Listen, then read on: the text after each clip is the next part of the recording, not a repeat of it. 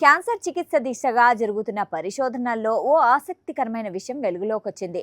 అంగస్తంభన సమస్యలకు వాడే వయాగ్రాలోని స్టెల్టెనాఫిల్ అనే ఔషధం క్యాన్సర్ కణాలు శరీరంలో ఒక చోటు నుంచి మరో చోటుకు వ్యాపించకుండా నిరోధించే సామర్థ్యాన్ని కలిగి ఉన్నట్లు ఇజ్రాయెల్కు చెందిన వీజ్మన్ ఇన్స్టిట్యూట్ ఆఫ్ సైన్స్ పరిశోధకులు గుర్తించారు. క్యాన్సర్ మరణాల్లో అత్యధిక శాతం ఈ వ్యాప్తి కారణంగానే సంభవిస్తాయి.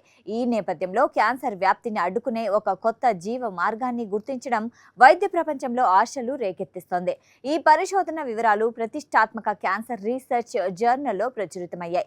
క్యాన్సర్ కణాలు వృద్ధి చెందడానికి, ఇతర అవయవాలకు వ్యాపించడానికి కొలెస్ట్రాల్ ఒక ముఖ్యమైన ఇంధనంలా పనిచేస్తుంది. సిల్టెనాఫిల్ ఔషధం క్యాన్సర్ కణాల లోపల ఉండే లైసోజోమ్లలో కొలెస్ట్రాల్ పేరుకుపోయేలా చేస్తుంది. దీనివల్ల కణాలు తమ పెరుగుదలకు, వ్యాప్తికి అవసరమైన కొలెస్ట్రాల్ ను వినియోగించుకోలేకపోతున్నాయి. సిల్టెనాఫిల్ ప్రభావంతో కణాల్లో సిజిఎంపి అనే సిగ్నలింగ్ అణువు స్థాయిలు పెరుగుతాయి.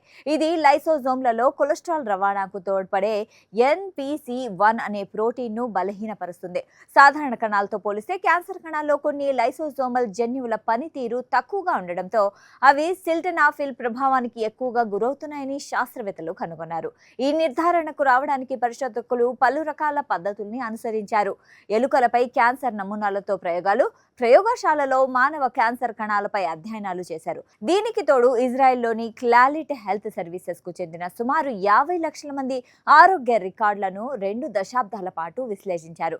ఈ డేటా ప్రకారం ఇతర క్యాన్సర్ రోగులతో పోలిస్తే సిల్టెనాఫిల్ వాడిన వారిలో మనుగడ రేటు మెరుగ్గా ఉన్నట్లు గమనించారు. ముఖ్యంగా శరీరంలో కొలెస్ట్రాల్ ఉత్పత్తిని తగ్గించే స్టాటిన్స్ మందులతో కలిపి సిల్టెనాఫిల్ వాడినప్పుడు ఫలితాలు మరింత శక్తివంతంగా ఉన్నాయని తేలింది. సిల్టెనాఫిల్ అందుబాటులో ఉన్న కొలెస్ట్రాల్ను అడ్డుకోగా, స్టాటిన్లు కొత్త కొలెస్ట్రాల్ ఉత్పత్తిని నిరోధించడం ద్వారా క్యాన్సర్ కణాలకు రెట్టింపు నష్టం కలుగుతుందని పరిశోధకులు భావిస్తున్నారు. అయితే సిల్టెనాఫిల్ను క్యాన్సర్ చికిత్సగా ఇంకా నిర్ధారించలేదని శాస్త్రవేత్తలు స్పష్టం చేస్తున్నారు. ప్రయోగశాల ఫలితాలు, డేటా విశ్లేషణ ఆశాజనకంగా ఉన్నప్పటికీ మనుషులపై దీని భద్రత, సమర్థతను నిరూపించుకోవడానికి ప్రత్యేకంగా క్లినికల్ ట్రయల్స్ నిర్వహించాల్సి ఉంటుంది. ఈ పరిశోధన ప్రధానంగా క్యాన్సర్ వ్యాప్తిపై దృష్టి సారించింది కానీ ప్రాథమిక కణితుల పెరుగుదలపై కాదు.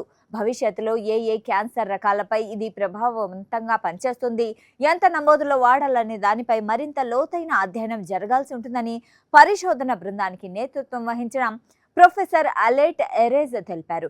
క్యాన్సర్ పురోగతి కేవలం కణాల్లోని ఉత్పరివర్తనాల వల్లే కాకుండా రోగి జీవక్రియల స్థితి, ఇతర వ్యాధులకు వాడుతున్న మందులపై కూడా ఆధారపడి ఉంటుందని ఆమె వివరించారు.